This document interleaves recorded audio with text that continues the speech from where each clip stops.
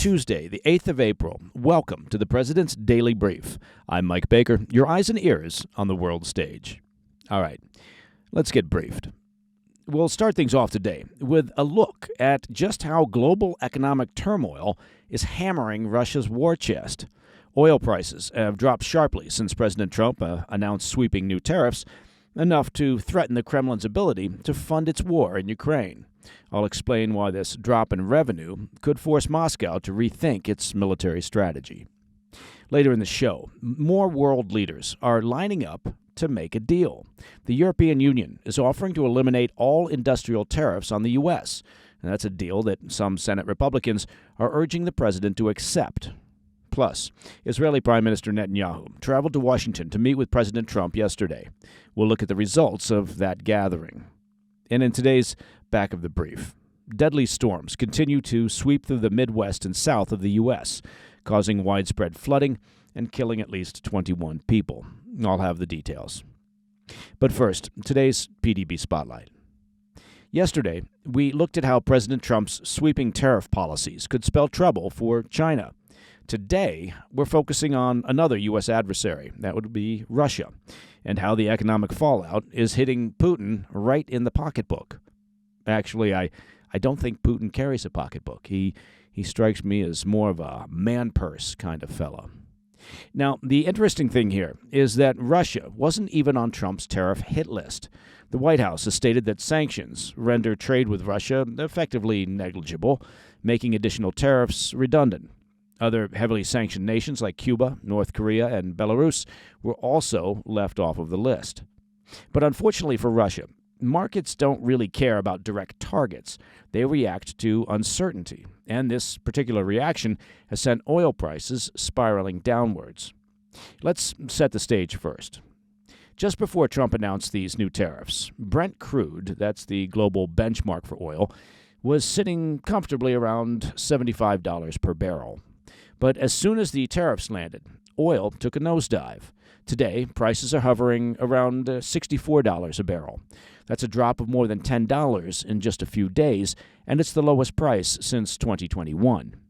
Now, why does that matter to Russia? Well, I'm very glad you asked that question.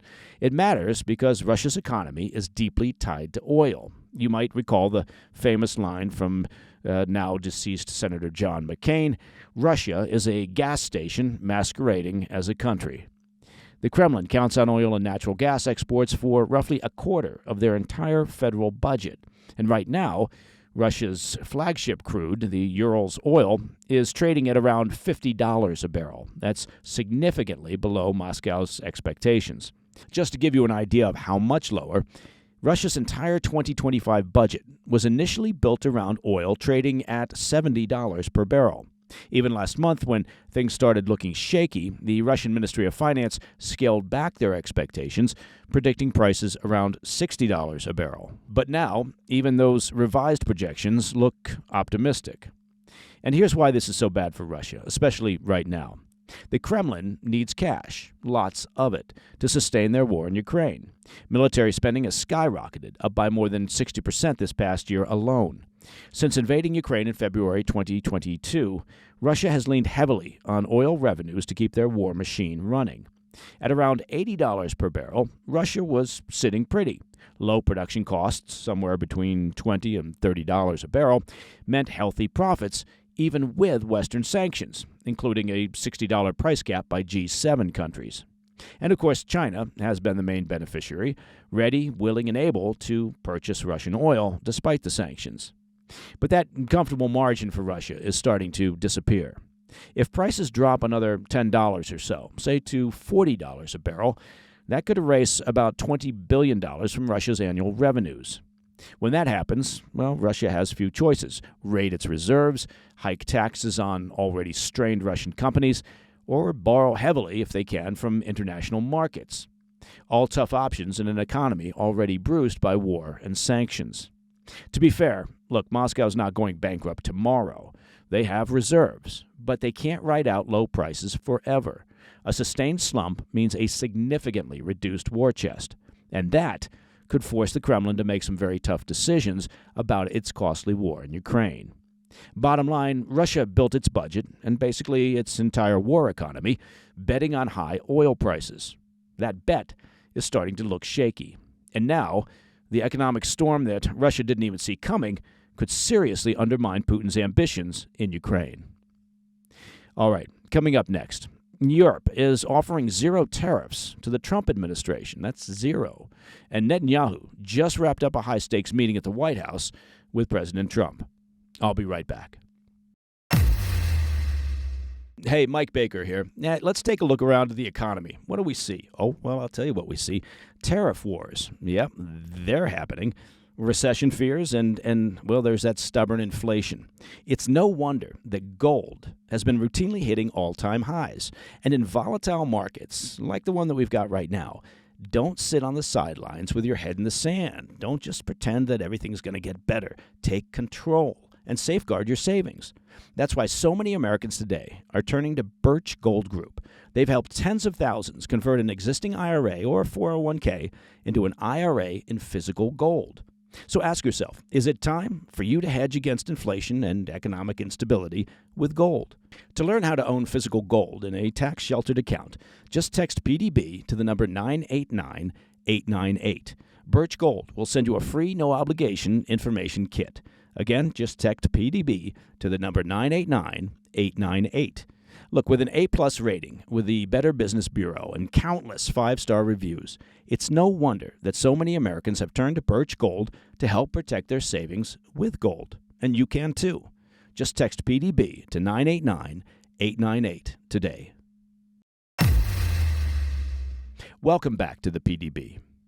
In a bid to halt the escalating global trade war, the European Union, the EU, offered to eliminate all industrial tariffs with the U.S., just as President Trump threatened new economic penalties as global markets are reeling in response. On Monday, European Commission President Ursula von der Leyen rolled out a, quote, zero-for-zero proposal, saying the EU is ready to axe all industrial tariffs if the U.S. is willing to do the same. She calls on Washington to remove tariffs on goods like cars, chemicals, machinery, pharmaceuticals, and rubber and plastic machinery, saying the EU is, quote, always ready for a good deal. Her idea isn't new. It's a revival of a concept first explored during the abandoned Transatlantic Trade and Investment Partnership, referred to as the TTIP, because everybody loves a good acronym. And those talks of a decade ago were scrapped by Trump in his first term. Von der Leyen didn't mince words, stating, quote, we've offered zero-for-zero tariffs for industrial goods, as we have successfully done with many other trading partners. We keep it on the table, end quote. But she made one thing crystal clear. This isn't a plea. If the U.S. shrugs it off, she warned, the EU's ready to hit back if diplomacy fails. She stated, quote, we're also prepared to respond through countermeasures and defend our interests, end quote. Right now, the EU's average tariff on U.S. non-agricultural goods sits just above 1.5%. But for American cars, well, a steep 10%. That's more than any other G7 country, and it's a legacy of the TTIP collapse that still stings. As we've been tracking closely here on the PDB, von der Leyen's overture comes as Trump just slapped a fresh wave of 20% tariffs on the EU and several other allies last week, ratcheting U.S. trade barriers to levels not seen in over a century. In Luxembourg, EU trade ministers gathered to map out their next move. The bloc's trade commissioner confirmed what many suspected. Europe is locked and loaded with, quote, a robust list of retaliatory measures. Von der Leyen doubled down, adding, quote, we stand ready to negotiate, but we won't stay idle, end quote. Now, back in Washington, not everybody is on board with Trump's tariff blitz. Republican Senator Mike Lee took to X with a post stating, quote, let's take that deal, referring to von der Leyen's offer. Fellow Republican Senator Ron Johnson echoed that sentiment, writing, quote, at some point, you have to take yes for an answer. Now, despite the stateside pleas, Trump appears to be remaining defiant. On Truth Social, the president posted, quote, be strong, courageous, and patient, and greatness will be the result. Now, he spelled greatness in all caps, so that's really great. By midday, the Dow plunged 750 points, the S&P dropped 1.5%, and the Nasdaq slid more than 1%. Stocks did briefly rally on a false rumor that Trump might delay the tariffs, only to tank again after the White House called the report, quote, fake news. Meanwhile, as we reported yesterday, China is playing hardball. After Trump's announcement last week, Beijing responded with retaliatory tariffs of its own. And now, Trump is threatening to up the ante unless China reverses its latest 34% tariff hike. Otherwise, the U.S. will slap another 50%. Are you keeping track of this? 50% tariff on Chinese imports starting today. Now, if you're doing the math, and who isn't, that would bring the total tariffs on Chinese goods to a staggering 104%. That includes previous rounds of penalties, like the fentanyl-related tariffs and last week's trade hits. But Beijing, well, for now, isn't backing down. Chinese officials blasted the U.S. strategy as destabilizing and protectionist. Economists warn that the ripple effects could be brutal, resulting in higher prices for American consumers and a flood of Chinese goods into other markets. White House advisor Peter Navarro made the Trump administration's position clear. Tariff relief won't come cheap. Countries looking for a reprieve better be ready to overhaul their tax codes and gut their regulatory regimes in what could become a long, grinding standoff. Okay, shifting stateside, President Trump welcomed Israeli Prime Minister Netanyahu to the White House on Monday in a high-stakes meeting that touched on tariffs. Those tariffs are everywhere. The war in Gaza and a bombshell revelation of upcoming direct talks between Trump and Iran over its nuclear advancement. The meeting opened with a pointed exchange on trade. Netanyahu pledged to eliminate Israel's trade deficit with the U.S., telling Trump he would do so, quote, very quickly. As you might recall, the pledge comes on the heels of sweeping global tariffs that Trump announced last week, with a 17% levy on Israel as part of what he branded Liberation Day. The tariffs are poised to hit Israel's economy hard. The tariffs, set to take effect Wednesday, will cost Jerusalem an estimated $3 billion annually in exports and threaten roughly 26,000 jobs across sectors like biotechnology, chemicals, and electronics. Israel attempted to preempt the blow by unilaterally eliminating tariffs on American goods, mainly food and agricultural products, but Washington declined to offer a reciprocal exemption. In the Oval Office, Netanyahu framed the move as a bid for fairness, saying, quote, I'm a free trade champion, and free trade has to be fair trade, end quote. Trump, for his part, acknowledged that Netanyahu, quote, started off our conversation today with the offer to drop tariffs, but stopped short of matching the gesture.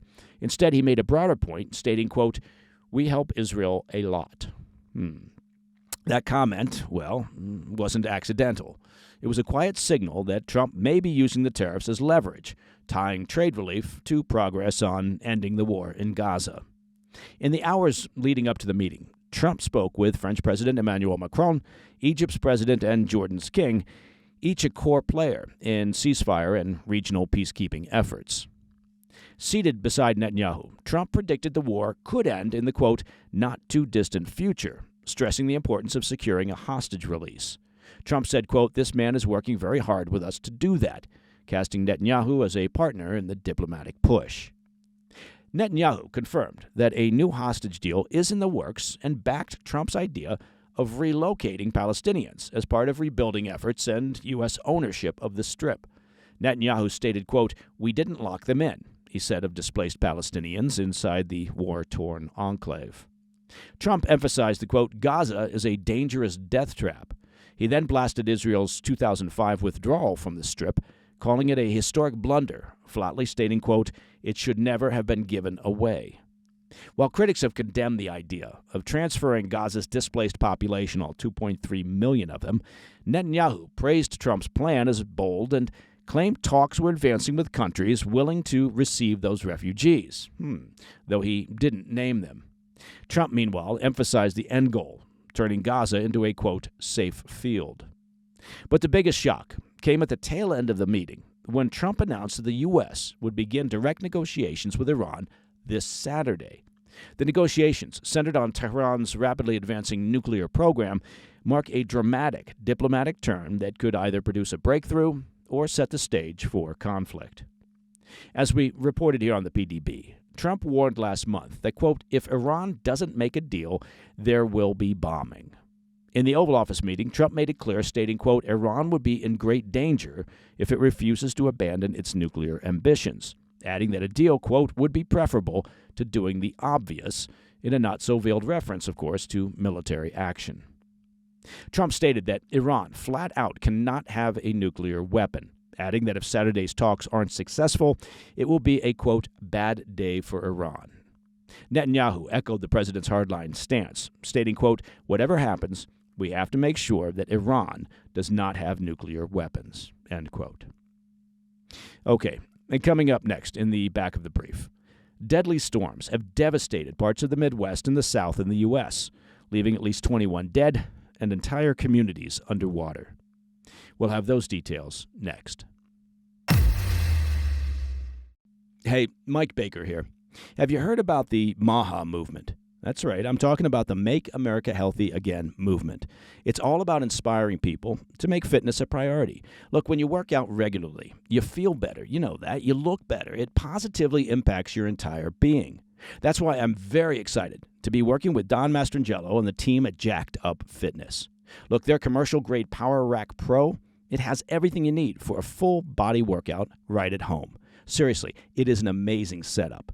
The cable crossover system with integrated 200-pound weight stacks and the Smith machine, well, they allow you to do hundreds of exercises, basically everything that you could do at the gym. If you're new to strength training, their Get Jacked Up program offers complete video workouts. Just press play and follow along. My Power Rack Pro just arrived at the house, and our 3 teenage boys and I are ready to hit it hard. Now, my boys are like all sons, I guess. They want their title shot. But with the Power Rack Pro, let me tell you something, I think I can hold them off for a bit longer. Getting into a consistent home fitness routine is easy with Jacked Up Fitness. And at the end of the day, there's nothing more important than your health. Go to getjackedup.com and sign up for free access to the program. And when you're ready to order your Power Rack Pro, save 10% with my promo code BAKER. That's just BAKER, just like it sounds. Come on, no more excuses. Go to getjackedup.com. In today's back of the brief, a sprawling storm system that ravaged the Midwest and South last week continues to unleash chaos across the U.S., placing millions on flood watch. At least 21 people are dead across 8 states, casualties of a weather system that has torn through the country with alarming speed and force. The worst of it hit Tennessee, which now counts 10 storm-related deaths. Other states, such as Missouri, reported 3 deaths, while Arkansas, Kentucky, Georgia, and Indiana each recorded a couple. Mississippi and Alabama also suffered casualties. Kentucky, in particular, is dealing with a storm hangover that won't quit. In Louisville, the Ohio River surged 5 feet in just 24 hours, overwhelming a levee and turning farmlands into floodplains. Central counties of the state faced mandatory evacuations after more than 7 inches of rainfall inundated the region and crippled a major power substation. But it was western Kentucky that bore the brunt with nearly 16 inches of rain over 4 days, smashing the state's all-time rainfall record. An assistant fire chief in Kentucky's Anderson County put it bluntly, stating, quote, "We've had families lose everything," calling it a, quote, once-in-a-generation weather event. Over the weekend alone, more than 40 people had to be pulled from the rising waters. And it's not over. As of Monday, nearly 9 million residents across Georgia and eastern Alabama remain under flood watches, with rescue operations still underway and damage assessments, well, far from complete. Since last Wednesday, the same storm system has triggered at least 93 preliminary tornado reports, making Saturday the 10th consecutive day with confirmed tornado activity. And that's a new benchmark for early season severe weather in the U.S. Meanwhile, meteorologists warn that another low-pressure system is gathering steam, sweeping from southeast Virginia down to the Gulf Coast. The National Weather Service says it's primed to ignite another round of thunderstorms and flash floods across an already saturated landscape.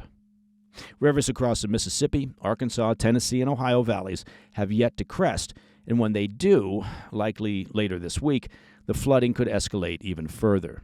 Emergency officials are urging residents in vulnerable areas to stay vigilant. Recovery efforts are underway, but with more storms on the horizon, well, the threat is far from over. And that, my friends, is the President's Daily Brief for Tuesday, the 8th of April.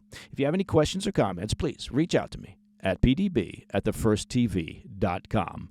And finally, remember what your mother told you. To listen to the show ad-free, just become a premium member of the President's Daily Brief by visiting pdbpremium.com. Always listen to your mom. I'm Mike Baker, and I'll be back later today with the PDB Afternoon Bulletin. Until then, stay informed, stay safe, stay cool. Hey, thanks for tuning in. If you enjoyed this video, don't forget to hit that like button and leave a comment, a really positive, nice, and kind comment. That would be appreciated. And if you're not already subscribed to our channel, make sure to subscribe and turn on notifications so you don't miss any of our daily updates.